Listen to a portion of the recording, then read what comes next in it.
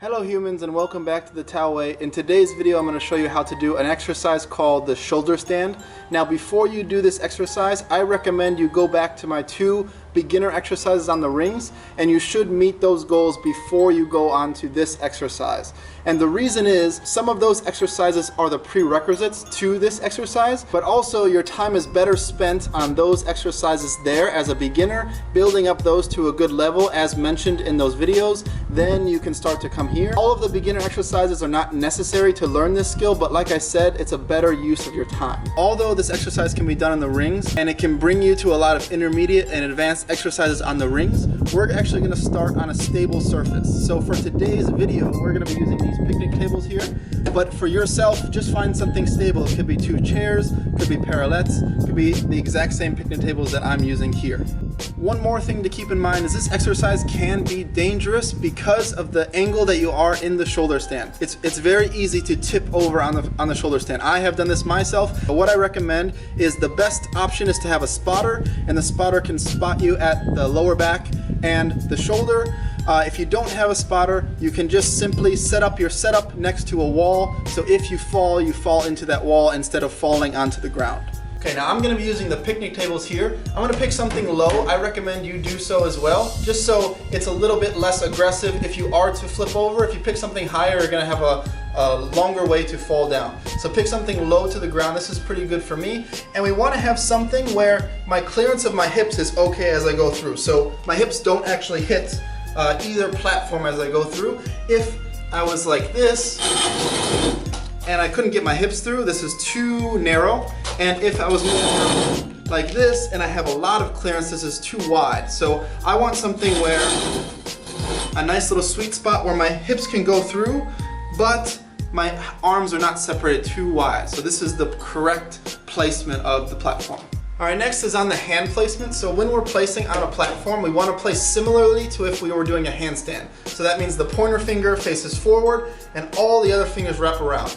If you can wrap this thumb on whatever platform you're using, it'll help with the stability. If not, that's okay as well. And if you have any wrist pain, you can simply turn out the fingers slightly and this will negate some of that wrist pain. Or you can use parallettes, and depending on the wrist injury, this may take away that wrist pain as well. But if you have no wrist pain at all, point your finger forward, finger spread, and you're gonna grab that platform with the finger. You wanna make sure that the whole hand stays on the ground and you don't have any of this action. So I don't want this middle part to come off.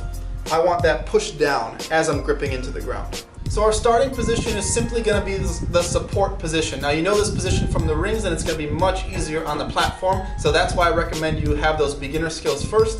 And we're going to start with 2 separate beginnings. So the first one is a tucked support hold, and the second one is an L-sit support hold. Now depending on your level, you can use each one. One may be easier for you than the other, depending on level of mobility and level of strength. So after we have our supporting position, whether that's the tucked sit or the L-sit, we need to press into that shoulder stand. Now here's where it gets tricky, and this is where I see the most mistakes happen. We need the elbow to bend, the shoulder to come forward, and the hips to come up simultaneously. Now if somebody were to bend the elbow first and then try to do something by bringing the hips up, it's much harder. Or if they keep the arm straight, bring the hips up, and then bend the elbow, it's much harder. We want all of this to happen at the same time. Okay, so we're gonna start in the support position, tucked or L-sit. Then we're going to bend the elbow, bring the shoulder forward, and bring the hips up simultaneously, and that's gonna bring us to our shoulder stand position. So let me show you what that initial pull into the position looks like.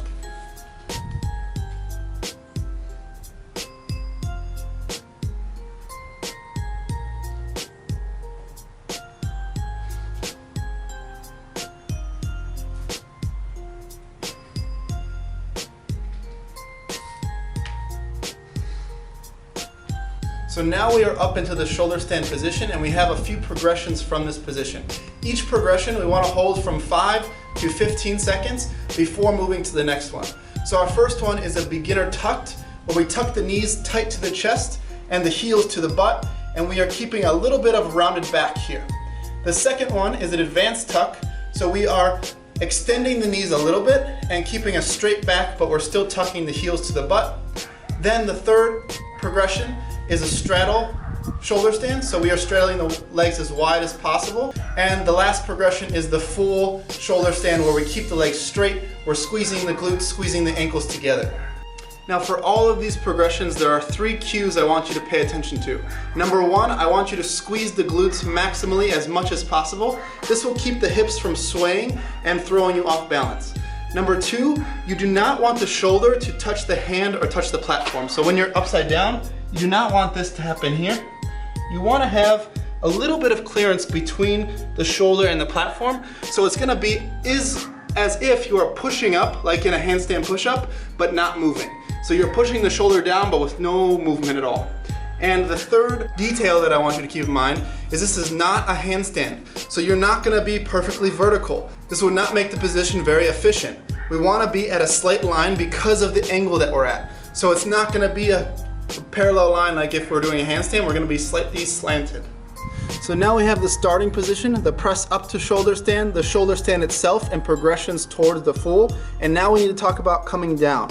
A lot of people prioritize the position itself, so they prioritize the shoulder stand, but people don't realize that starting and ending the movement is just important as the movement itself. So when we start, we want to start with good quality, press up with good quality, hold with good quality, and come down with good quality, or else we can't call it an actual rep. We want to have high standards here.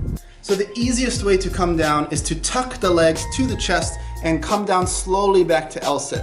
Now we can use the same progressions we did with the shoulder stand by starting by coming down and up in the beginner tucked, then coming down and up in advanced tucked, then straddle, and then straight. Straight being the most difficult. The most common mistake I see here, they come up very well, they hold the shoulder stand very well, but then as they come down, they speed that up to go back. And that's just bad quality of movement. We want to have control in every single range. So at any point in the movement, if I ask you to stop, you should be able to stop. So I'm going to have my camera woman, Max, say stop and go when I do the shoulder stand. So you can see that I can stop at any portion of the shoulder stand that I want. And I have full muscular control and awareness of my body in the entire shoulder stand. This is what you should strive for. This is just to show you a concept. Okay, Max? Mm-hmm. Stop. Go. Stop. Go. Stop. Go. Stop. Go. Stop. Go. So we went through how to do the shoulder stand correctly and all the progressions from the beginner tucked up to the full version. Now I'm gonna let you know how to actually train this skill. So like I said in the beginning of the video, I recommend a static hold of 5 up to 15 seconds.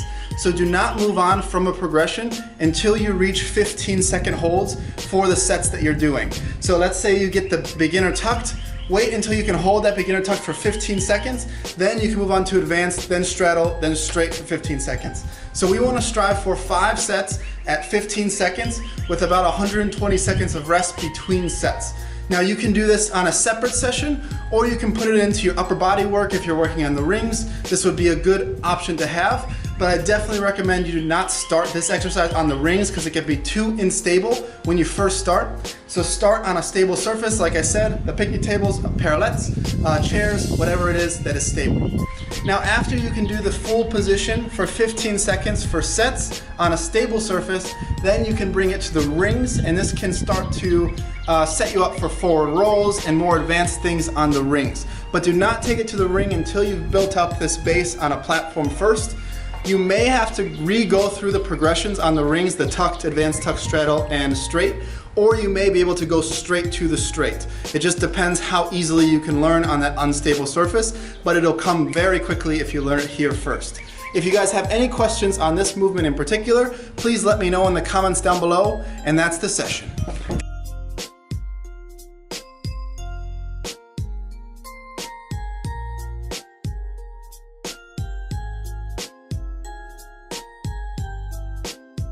Okay, so Max, my camera woman, is going to tell me to stop at any point in the movement, and I need to stop so I can show you that I have full control with any part of the shoulder stand itself. Okay, Max? Mm-hmm.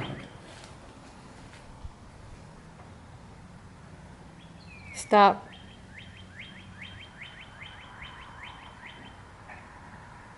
You You told me to go to. Oh. All right, let me go again. Stop. Dang it. I already came down.